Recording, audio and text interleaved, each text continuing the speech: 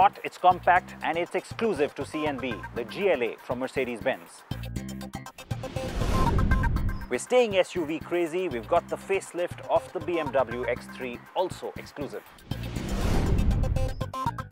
And the Renault Duster has a 4x4 version now. That's coming up too.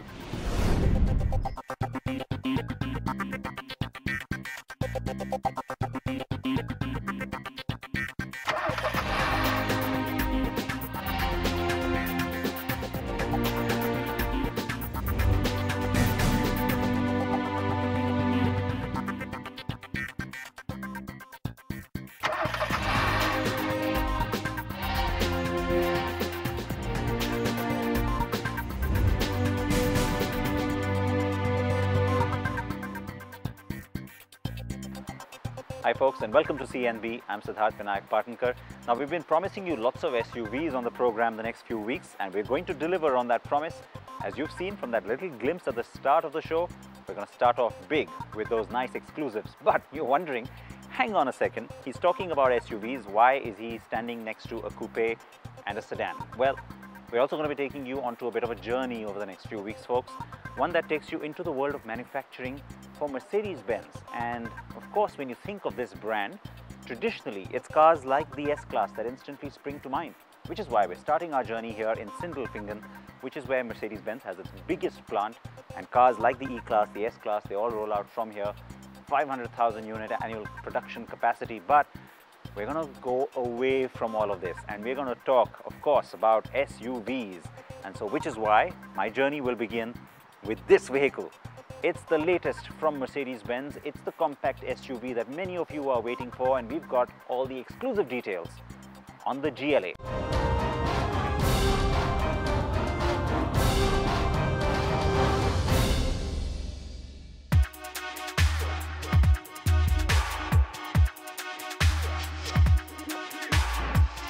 As the entry premium segment begins to open up big time in India, it's great to see not just more and more new products driving in, but also those that are very well engineered and better suited to our market than ever before.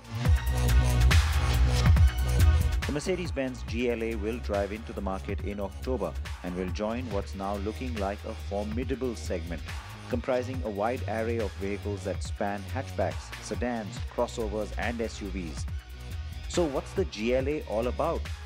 Based on Daimler's MFA platform, the car shares its underpinnings and several components with its siblings, the A, B and CLA class of vehicles. The styling is rather aggressive and yet has a prettier form than the testosterone-fueled looks of the A class or CLA.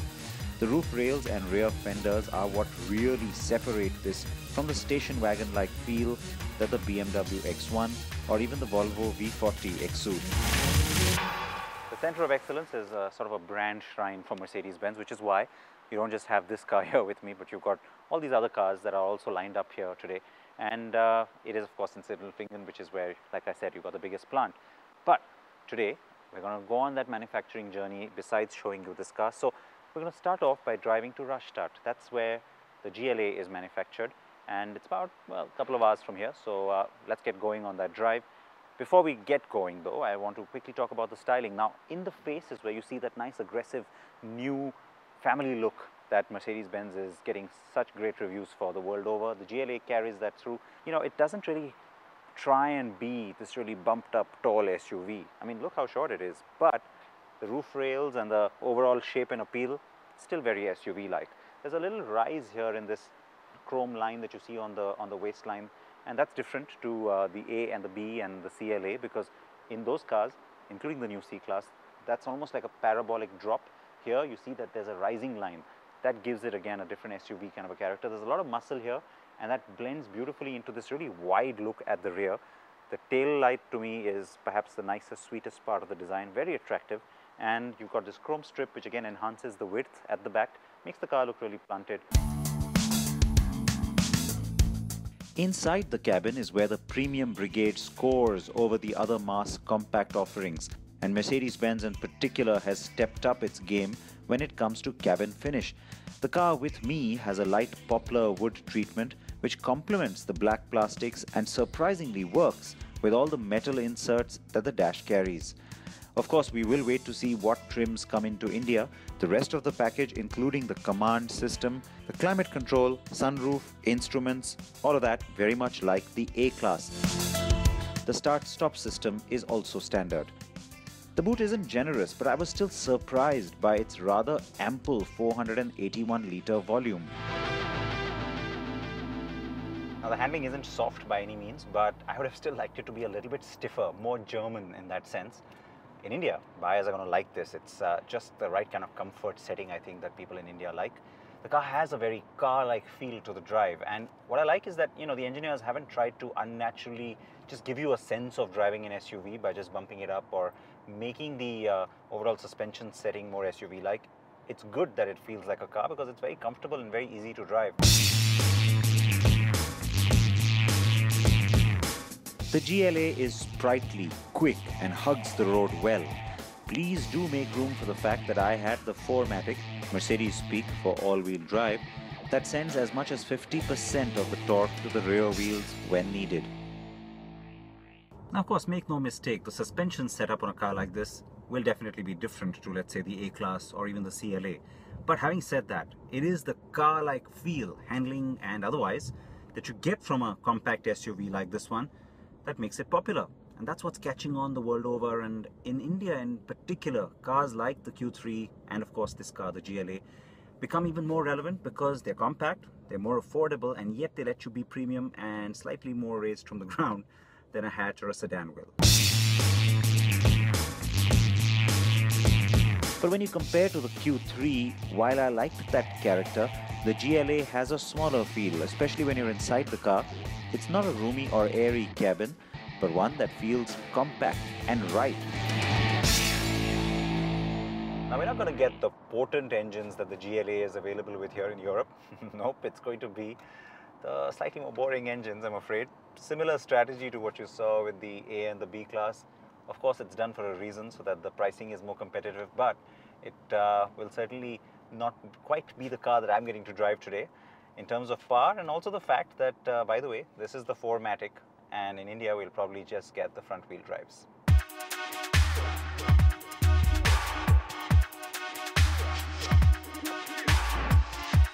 So while the GLA 250 I had has a 2-litre 208 bhp engine, we will get the GLA 200 twins, but with a special India configuration, so they're not the same engines or nomenclature as the ones here in Germany. So let's look at the petrol first, and it's the same 2-litre unit but with an output of 181 bhp, mated to the 7G dual clutch gearbox. And the diesel GLA 200 CDI will sport a 2.1-litre unit with 134 bhp of power, and no, we won't get the optional 6-speed manual transmission. That diesel unit though will also punch out 300 Nm of peak torque, which is fun for a car this size. So after my quick drive across the Baden-Württemberg countryside, I was at the town of Rastatt at the Mercedes-Benz factory there. Though the Rastatt plant has been around since 1992, it is since 1997 that it's become the mother plant for the compact cars from the start.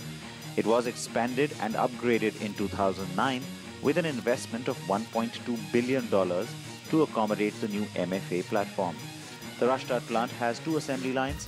One produces the A and B class, while the second produces the A and of course the GLA.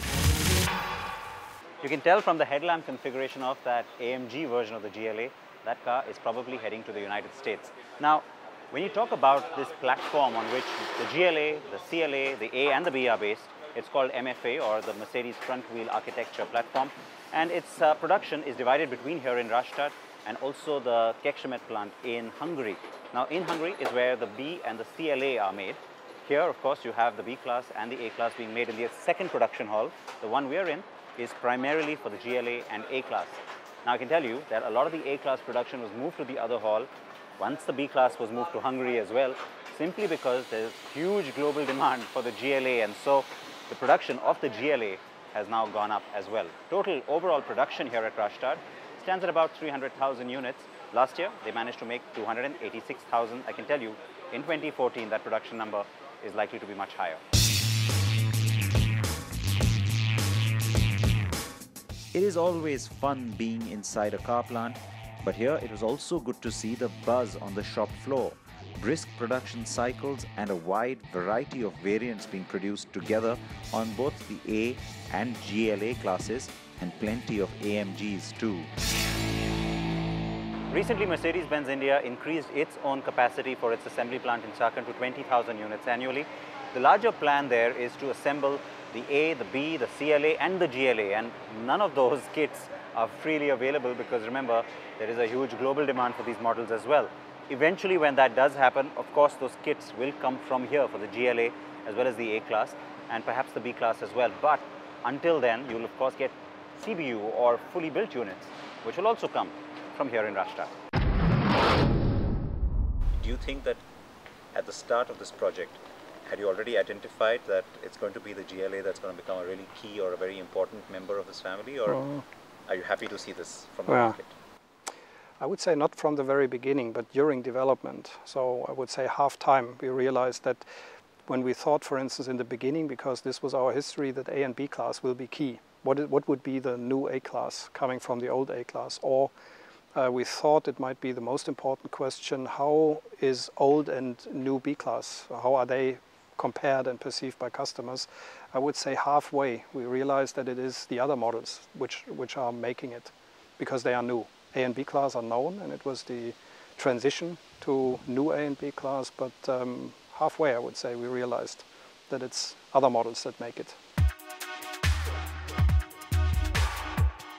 So now you know where the new GLA comes from, how it is made and how it drives.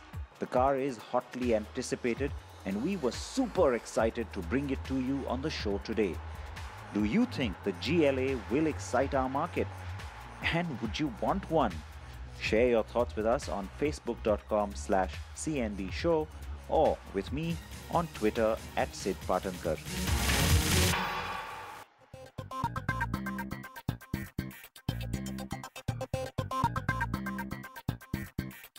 Right, so that was our big exclusive on the Mercedes-Benz GLA. Please react to that story, and you know what, you've also got some options to win some cool merchandise from us, and there's a bit of a contest that's running on my Twitter page. So go ahead and send me a few tweets there, log on to Twitter, and maybe you could win yourself some of that stuff as well. And in fact, we will continue with this Mercedes-Benz story because just like we took you to Rashtra today, we'll take you to the other SUV manufacturing locations over the next few weeks. So that's something to look forward to as we continue with SUVs right through the month. Now, as you can see, I'm leaning on an SUV here as well, and we're still in Germany. There is something exciting to show you. For that, you need to come back after a short break.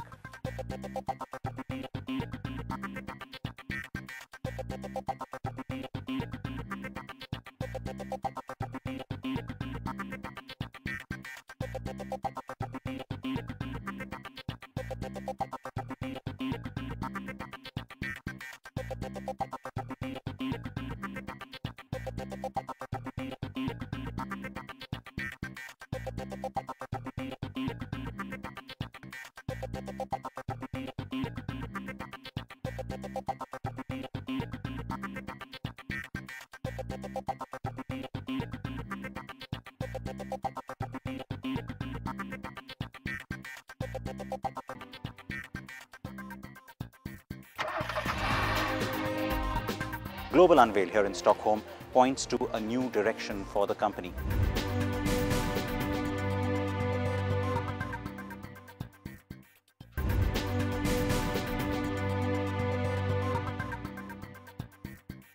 Welcome back to CNB. So the car is the BMW X3. This is the facelifted version of the car.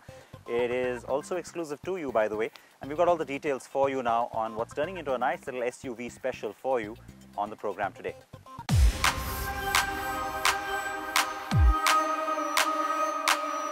The second generation of the X3, called F25 internally, made its debut in 2010. We drove that car from Frankfurt to Munich in its 30D and 20D avatars.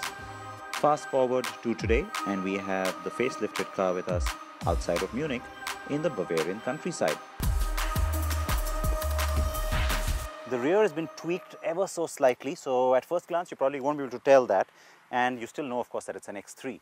That's perhaps pretty much the point, because when you think about BMW facelifts, for the last few years we've seen that, is almost intentional not to go too far away from what that model was always about in terms of design. So the guys at BMW Design in Munich, I like to believe, very intentionally maintain the essence, the integrity and the originality in many ways of that first design, because they don't want the model to look substantially different. So you won't see anything that screams redesign. It's very subtle.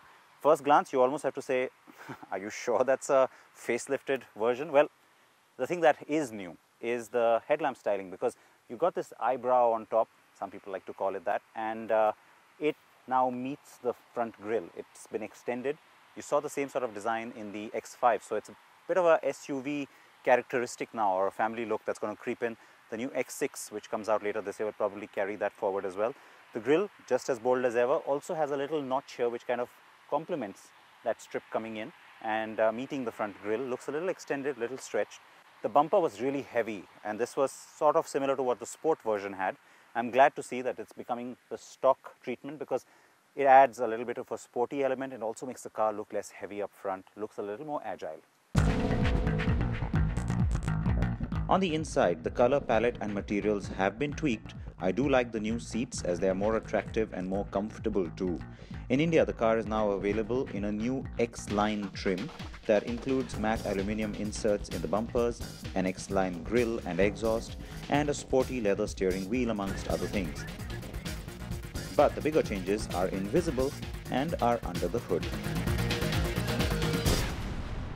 Now the great news is that the car maintains its nice sporty driving dynamic, which was something that I really liked about this new generation when it first came out. That is still intact. The other bit of news you need to know, all the engines have been severely updated. Let's take a look at the details on the diesels which matter to us.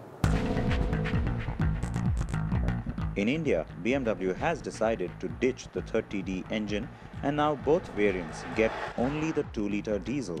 The reworked engine belts out 190 bhp and peak torque kicks in at 1750 rpm, which is great and offers good response through the 8-speed gear shift. The prices for the car now: the X-Drive 20D Expedition is priced at 44,90,000 and the X-Drive 20D X-Line at 49,90,000 rupees ex-showroom India. It isn't just BMW that's offering something new on the existing X3. There's also something new on the Renault Duster. Yes, another SUV, and Ameya Naik was in Lavasa to bring you this story.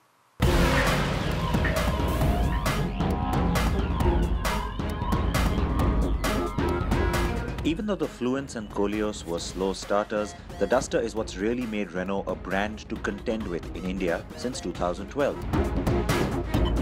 And now with Duster sales crossing the 1 lakh mark, it was time for something new on the model line, wasn't it? After making us wait for 2 years for it, we finally get the 4-wheel drive Duster, or as the company prefers, the Duster AWD. The car gets an electronically controlled all-wheel drive system, which Renault calls iDrive technology. There are 3 modes on the all-wheel drive selector knob: 2-wheel drive, auto and lock. While 2WD keeps it front-wheel driven, auto sends up part of the power to the rear wheels when the system detects that the front wheels are losing traction. Lock, on the other hand, keeps the hardware in 4x4 mode for up to 60 km/h, after which it shifts back to auto mode. Renault says it's shortened the gear ratios on the 4x4, especially the first gear, which gives the Duster a significant advantage. And you realize how important this is when you take the car off-road, and yes, it is now easier to crawl down steep slopes. And then there's the stability program and the anti-skid resistance that help get you out of slippery conditions. The track at Lavasa was perfect to see just how capable the Duster AWD is. There was mud covered with a dense layer of grass. The car rides on 215/65 R16 MRF Wanderer tires, and boy, they really had their work cut out for them. Even though you slide around a bit, there's absolutely no problem getting out of the rut. There's enough power at your disposal too, all 109 bhp at that.